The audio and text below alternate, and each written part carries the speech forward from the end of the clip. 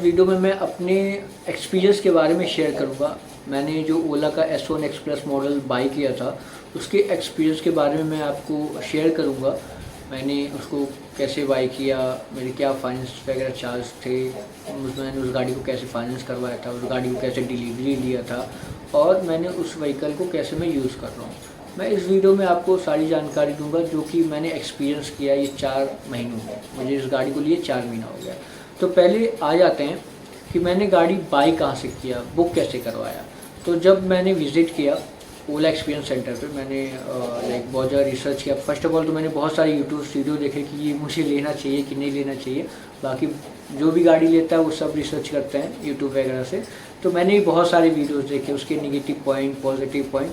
तो मुझे जहाँ तक समझ में आया कि यार एक बजट फ्रेंडली अगर ईवी व्हीकल लेना है तो ओला से बेटर कुछ नहीं है। क्योंकि मैंने एथर को भी बहुत कंपेयर किया तो बजट के मामले में मेरा एथर मेरे बजट के अंदर नहीं बैठा, तो मैंने ओला ही परचेज़ किया।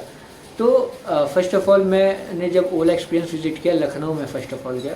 मैं यूपी से बिलोंग करता हूँ, तो मैं ओला के एक्सपीरियंस सेंटर आलमबाग लखनऊ पे गया। वहाँ मैंने विज़िट किया तो उनके जो भी सेल्स पर्सन होते हैं उनसे मैंने सारे मॉडल्स के बारे में डिस्कस किया, रिव्यू लिया, क्या मेरे बजट के हिसाब से सही है। मैंने उनसे सजेशन लिया कि मेरा ये बजट है तो मुझे इस प्राइस रेंज में क्या क्या मुझे मिल सकता है, क्या मुझे नहीं मिलेगा।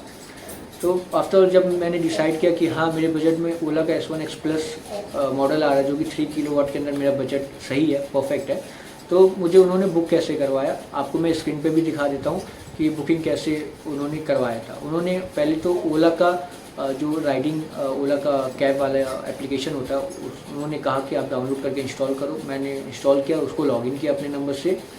फिर उसके बाद उन पर एक ऑप्शन आता है 3 डॉट के बाद कि इलेक्ट्रिक। आप जब इलेक्ट्रिक पे क्लिक करोगे तो आपको एक इंटरफेस खुलेगा कि आपको ओला का कौन सा मॉडल बाई करना है। तो उसमें उस समय 3 मॉडल्स दिख रहे थे, कलर वेरिएंट अलग थे, किलोवाट वेरिएंट अलग थे।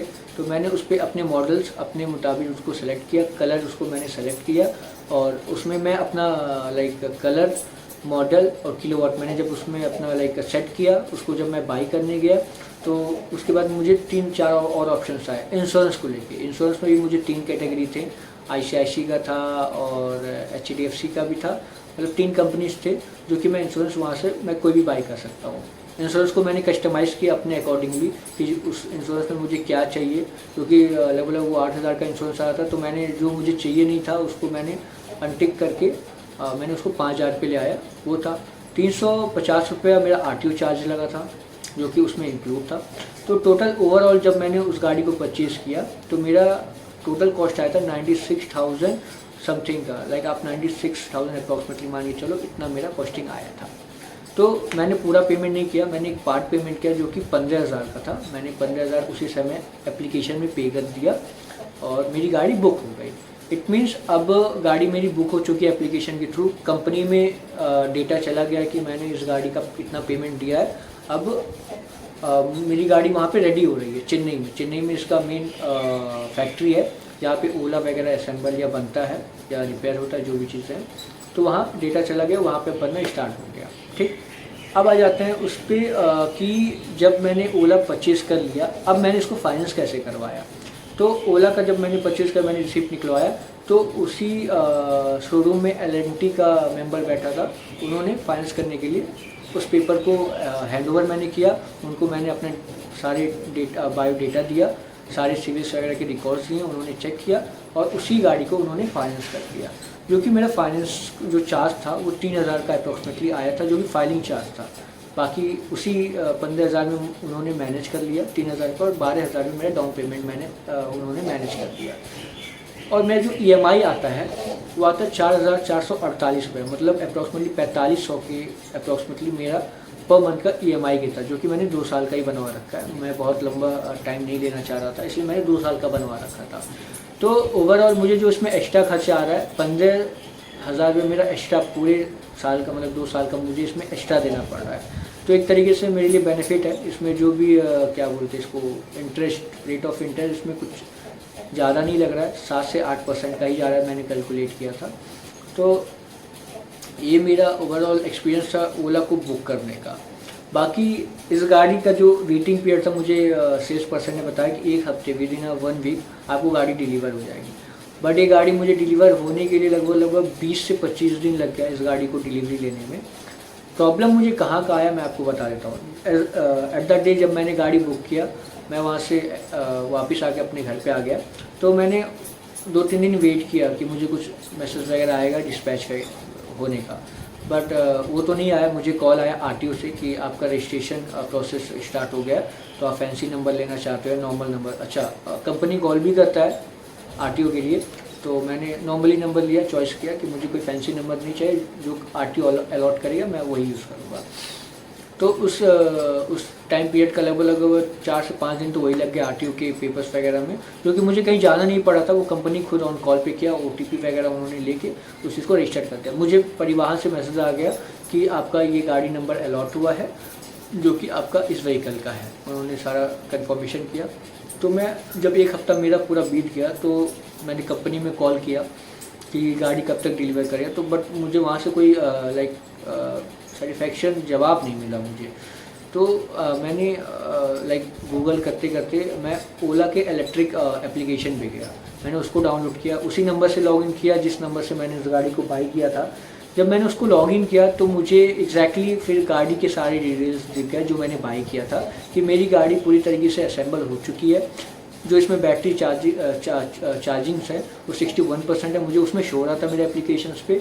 बाकी वो किस लोकेशन पे एग्जैक्टली तो वो कभी नहीं मुझे शो किया, बट मैं जब भी हाइपर चार्जर नियर बाई में क्लिक करता था तो मुझे चेन्नई का ओवरऑल हाइपर चार्जर दिखना स्टार्ट हो गया था। इट मीन्स वो गाड़ी चेन्नई में ही अभी फ़िलहाल था। तो वहाँ से वो 2 हफ्ते बाद डिस्पैच किया, मुझे मैसेज भी आया। और बाकी मुझे पता कैसे चला मैसेज आने के बाद कि जब मैंने फिर वही हाइपर चार्जर नियर बाई में मैंने उसको क्लिक किया तो मुझे शो होने लगा कि मेरी गाड़ी अभी लखनऊ के एरिया में दिखा रहा है। तो जब भी आप गाड़ी बुक करोगे, अगर आप यूपी से करते हो तो आपको लखनऊ में ही वेयर हाउस है उसका, जो कि सीधा मैन्युफैक्चरर से उसके यूपी के जो भी सेंट्रल जहाँ पे उसका वेयर हाउस है वहाँ पे पहले जाता है। वहाँ से उसको सही से असेंबल किया जाता है, चेक किया जाता है कि उसमें कोई फॉल्ट तो नहीं है। तब उसके बाद मेनली जहाँ डिलीवर लेना, जब मैंने एड्रेस वहाँ पे दिया था उसी एड्रेस पे वो वहाँ पे उस गाड़ी को भेजते हैं, तब वहाँ से मुझे डिलीवरी मिलती है। तो मैं लगभग वहाँ 1 हफ्ता मुझे लग गया। मैं देख रहा हूँ गाड़ी लखनऊ में ही खड़ी है। मैंने 2-3 बार कॉल किया, कंपनी वाला फ़ोन नहीं उठा रहा था सेल्स पर्सन। तो आप समझ सकते हो सेल्स पर्सन का काम ही है, उन्होंने सेल्स कर दिया, उनका गाड़ी बुक हो गया, तो अब उनका उससे कोई मतलब नहीं, उन्होंने कुछ खास रिप्लाई नहीं दिया। बट मैंने दूसरे नंबर वगैरह निकाल के मैंने कांटेक्ट किया, तो उन्होंने बताया कि अभी गाड़ी आपका 2-3 दिन में डिस्पैच हो जाएगा। बट कुछ टाइम 2-3 दिन बीत गया तो भी डिस्पैच नहीं हुआ। फिर मैंने कॉल वगैरह किया, मैंने बोला कि आप फाइनली मुझे बता दो, अदरवाइज़ आप वहाँ से कैंसिल कर दो, मेरा रिफ़ंड दे दो, मुझे गाड़ी अब नहीं चाहिए, क्योंकि आपने 7 दिन का बोल के अभी 20 दिन हो गया है। तो मुझे आपने गाड़ी अभी तक डिस्पैच किया, मुझे अभी कुछ भी उसके बारे में कुछ पता नहीं कि अभी गाड़ी है भी कहाँ पे, क्योंकि मैंने एप्लीकेशन के बारे में उनको कुछ बताया नहीं था। तो फिर वहाँ से 1 दिन बाद जवाब आता है कि आपके पेपर वर्क में कोई फॉल्ट है कुछ एड्रेस वगैरह को लेके, तो उसको आप पहले क्लियर आउट करो, तो गाड़ी यहाँ से डिस्पैच कर जाएगी, क्योंकि अभी गाड़ी आपका वेयर हाउस में इसी पेपर की वजह से उस गाड़ी को रोका गया। मैंने उस डॉक्यूमेंट को 1-2 दिन में उसको क्लियर आउट करवाया, तब वो गाड़ी वहाँ से डिस्पैच किया गाज़ियाबाद के लिए। तो मुझे जो गाड़ी चाहिए था वो दिल्ली में चाहिए था, तो दिल्ली में डिलीवरी अवेलेबल नहीं। अगर आप गाड़ी यूपी से खरीदते हो, यूपी का रजिस्ट्रेशन है, तो आप यूपी में कहीं भी उसको डिलीवर ले सकते हो। तो ये ओला का बहुत अच्छा फीचर है कि आप गाड़ी कहीं भी बुक करो और उसी स्टेट में कहीं भी किसी भी किनारे आप कहीं भी ले सकते हो डिलीवरी। तो मेरे वहाँ से 26 किलोमीटर का डिस्टेंस पड़ता है गाज़ियाबाद, तो मैंने वहाँ का एड्रेस दे रखा था कि मुझे डिलीवरी यहीं पे चाहिए। तो एट द टाइम जब डिलीवरी गाड़ी वहाँ पहुँचा तो मुझे कॉल आया कंपनी से, शोरूम से गाज़ियाबाद का, कि आपकी व्हीकल जो आपने बुक किया था वो आपका शोरूम पे आ चुका है, आप यहाँ आके डिलीवरी ले सकते हो। तो मैं भी खुश हो गया कि चलो गाड़ी एट लास्ट 25 दिन बाद आ ही गया। तो मैं वहाँ पे विज़िट किया, मैं गया शोरूम पे, मैंने गाड़ी वहाँ पे देखा, फिर जो फॉर्मेलिटीज़ है मैंने उसको कंप्लीट की, कुछ सिग्नेचर्स वगैरह थे, उन्होंने इनवाइस वगैरह दिखाया, सारे क्रॉस चेक करवाए कि आपने इतना पेमेंट दिया था, जो भी EMI वगैरह सारी चीज़ें मैंने अपने डॉक्यूमेंट्स उनको दिखाए, उन्होंने चेकआउट किया, कंफर्म किया। उसके बाद मुझे उन्होंने गाड़ी की डिलीवरी दी। गाड़ी की डिलीवरी लेने से पहले मैंने गाड़ी को पहले एक बारीकी से चेक किया, क्योंकि आपको पता होगा कि ओला के सारे मॉडल्स फाइबर बॉडी हैं। तो मुझे थोड़ा सा मन में ये डाउट होता है, जब भी मैं कोई चीज़ लेता हूँ तो मैं उसको बारीकी से पूरा चेक करता हूँ कहीं से उसमें एक माइनर फॉल्ट भी तो नहीं है। अगर माइनर फॉल्ट होगा तो मैं उस चीज़ को फिक्स करवाऊँगा या फिर मैं उसको नहीं लूँगा। तो मैंने एक एक चीज़ उस गाड़ी को देखा, मुझे उसमें कोई भी चीज़ें दिक्कत नहीं आया। एक चीज़ को लेके जो कंपनी ने हेलमेट दिया था, एट लास्ट जब मैं गाड़ी बुक कर रहा था तो हेलमेट वहाँ से अनटिक नहीं हो रहा था, मुझे कंपलसरी था हेलमेट लेना, जो कि मुझे चाहिए नहीं था कंपनी तरफ से। मैं अपना खुद का हेलमेट खरीदना चाहता हूँ जो मुझे पसंद है, मुझे लेना पड़ा। तो वो लार्ज साइज़ मैंने लिया था ताकि किसी को भी अट जाए। तो वो जब हेलमेट मैंने वहाँ से निकाला, मैंने उसको यूज़ किया तो इतना ही टाइट था, वो स्मॉल साइज़ से भी छोटा लग रहा था, वो पूरा यहाँ पे पेन करने लगा। मैंने 1 मिनट भी उस हेलमेट को यूज़ किया तो यहाँ पूरा पेन, ईयर वगैरह पेन करने लगा था। तो मैंने उनसे बोला कि भाई ये तो लार्ज साइज़ में लिखा भी हुआ है और आपने ये तो स्मॉल साइज़ से भी छोटा है, तो आप मुझे रिप्लेस करके दो। बट उन्होंने बोला कि भाई यही कंपनी प्रोवाइड कर रहा है, लार्ज साइज़ में यही आता है और इससे अबव में कुछ नहीं आता है। तो फिलहाल अब उसके लिए कुछ कर नहीं सकते, तो मैंने उसको ले ही लिया क्योंकि उसमें कोई रिटर्न पॉलिसी था नहीं। बाकी मैंने कंप्लेन किया घर आने के बाद, तो उसका कोई खास सुनवाई नहीं मिला क्योंकि कस्टमर केयर नंबर ही जल्दी नहीं लगता है। तो मैंने वहाँ से गाड़ी डिलीवरी ली और मैं सीधा दिल्ली के लिए आ गया। तो ओवरऑल जो मेरा ओला को बाई करने का एक्सपीरियंस था वो कहीं कहीं ठीक भी था और कुछ पॉइंट्स गलत भी था। जैसे कि कंपनी ने कम से कम ये अच्छा फीचर दिया था कि आप किसी भी स्टेट से, फॉर एग्जांपल यूपी से आप लखनऊ में बुक करवाते हो या गोरखपुर में या अयोध्या में, कहीं भी जहाँ भी एक्सपीरियंस सेंटर है, आप वहाँ गाड़ी बुक करवाते हो तो आप डिलीवरी किसी भी जगह पे ले सकते हो, यूपी के अंदर में कहीं भी, अपने होम टाउन में या कहीं भी ले सकते हो। तो ये एक अच्छा फीचर रहा जो कि मुझे ओला में अच्छा लगा। और जो मुझे एक निगेटिव, बहुत बड़ा निगेटिव पॉइंट लगा कि सेल्स पर्सन का फ़ोन नहीं उठाना। मतलब अगर उसने गाड़ी सेल्स कर दिया है तो फ़ोन उठाना ही उसने बंद कर दिया। वो अवॉइड करता था कि मेरे कॉल्स को, मैं अलग अलग नंबर से कॉल करता था तो मेरी आवाज़ सुनने के बाद या मेरी कंसल्ट सुनने के बाद तो वो बोलता ठीक है सर मैं अभी आपको अपडेट करके बताता हूँ, बट मुझे कोई रिटर्न कॉल नहीं आता था। तो ये एक बहुत बड़ा पॉइंट है सर्विस को लेके या सेल्स पर्सन को लेके। तो इसमें कोई कंपनी का फॉल्ट है भी एक तरीके से कि उन्होंने ऐसे बंदे हायर कर रखे हैं कि वो कस्टमर का सुनना ही नहीं चाहते हैं एक बार गाड़ी बेचने के बाद। तो ये बहुत बड़ा नेगेटिव पॉइंट है जिससे ओला का सेल्स वगैरह भी डिक्रीज़ होता है। बट मुझे जो फीचर्स अच्छे लगे मैंने आपको बता दिया और जो मुझे बुरे भी लगे मैंने वो भी बता दिया। तो कोई ये मेजर चीज़ें नहीं है, बट हाँ जिसके लिए इफ़ेक्ट करता है तो वो बहुत ज़्यादा इफ़ेक्ट करता है कि अगर आपको पता है कि 7 दिन में डिलीवरी होने वाली है बट वो 20 से 25 दिन लग जाए तो मन में ही रहता है कि गाड़ी आखिरकार कहाँ कभी होगी, क्योंकि आप एक टाइम पीरियड इमेजिन करके चलते हो कि हाँ इस दिन मेरी गाड़ी आ जाएगी तो मैं उसी हिसाब से मैं प्लान करूँगा चीज़ों को लेके। तो मेरा ओवरऑल एक्सपीरियंस ठीक ठाक ही था, अच्छा था। मैंने आपको अच्छे पॉइंट्स भी बता दिए थे जो मुझे ओला में अच्छे लगे और सेल्स पर्सन को लेके तो मैंने बता ही दिया था। और कुछ डिस्कशन कर लेते हैं कि सर्विस के बारे में। गाड़ी को लेने के 1-2 महीने तो मुझे कोई प्रॉब्लम नहीं हुआ, कुछ भी 1% का कोई प्रॉब्लम नहीं, बहुत मस्त गाड़ी चल रही थी। बरसात का सीज़न जैसे ही स्टार्ट हुआ तो उसमें एक फॉल्ट आना स्टार्ट हुआ कि ब्रेकिंग सिस्टम को लेके, कि अगर जब भी मैं ब्रेक लेता था बैक साइड वाला ब्रेक, तो क्या होता था ब्रेक लेने के बाद जब मैंने उसको फ्री कर दिया ब्रेक को तो एक्सीलेशन करता था तो वो गाड़ी आगे बढ़ता ही नहीं था, इट मीन्स वो वहीं पे स्टॉप हो जाता था। तो इस चीज़ को लेके बहुत बुरा मैं फंसा भी था। मेन रोड पे ही, हाईवे पे ही मैं गाड़ी सिग्नल से ले जाता, मेरा सिग्नल ओपन हुआ, मैं गाड़ी आगे भगा रहा, हल्का सा आगे भागती वो गाड़ी रुक गई ऑन द स्पॉट, तो मुझे उसे मतलब डुकरा के आगे जाना पड़ा। तो मेरा एक्सीडेंट होते होते बचा था। बाकी सर्विस सेंटर पे जाके मैंने सारी चीज़ें बताई भी। तो फर्स्ट डे तो उन्होंने क्या वो जुगाड़ से उसको सही किया, फिर जब मुझे समझ में नहीं आया फिर मैं फंसना स्टार्ट हुआ। तो मैं क्लियरली उनके पास जाके क्लियरली बोला ये गाड़ी आप वापस रख लो, मेरा पेमेंट मुझे वापस दे दो, अदरवाइज़ मैं गाड़ी यहीं छोड़ के जा रहा हूँ, फिर मैं कंज्यूमर फोरम पे ही जाके कंप्लेन करूँगा। तो उन्होंने फिर उस चीज़ को लेके ध्यान में देके फिर उस पर देखा, उसको ध्यान दिया, पूरे वायरिंग्स वगैरह खोले। मैं आपको वीडियो भी दिखा देता हूँ, छोटा सा मैंने क्लिप बनाया था। उन्होंने पूरे वायरिंग को ओपन किया, देखा वहाँ पे कहाँ फॉल्ट है, तो भी उन्होंने वायरिंग वगैरह पकड़ नहीं पाई कि कहाँ पे फॉल्ट आ रहा है। तो मैंने उनको बताया कि देखो ये जो स्विच है ना ये वर्क नहीं कर रहा है, बहुत छोटा सा स्विच है, इसी से कट आउट वगैरह नहीं वर्क कर रहा है। तो बोले आपको कैसे पता? तो क्योंकि मैं जब भी इमरजेंसी में कभी फंसा उस चीज़ को लेके तो मैं ना उसका एक वायर अनप्लग कर देता था। इससे क्या होता था कि गाड़ी फ्री हो जाता था। अगर आप ब्रेक लेते हो तो भी मोटर स्टॉप नहीं होता है, मोटर ऑन रहेगा आप जिस हिसाब से एक्सीलरेशन लेना चाहते हो। तो ये चीज़ें इमरजेंसी वर्क में मेरा बहुत साथ दिया कि मुझे अगर कहीं एक जगह से दूसरी जगह जाना है इमरजेंसी में तो इसी तरीके से मैं गाड़ी लेके जाता था। तो एट लास्ट उन्होंने बहुत बहस करने के बाद उन्होंने चेंज किया।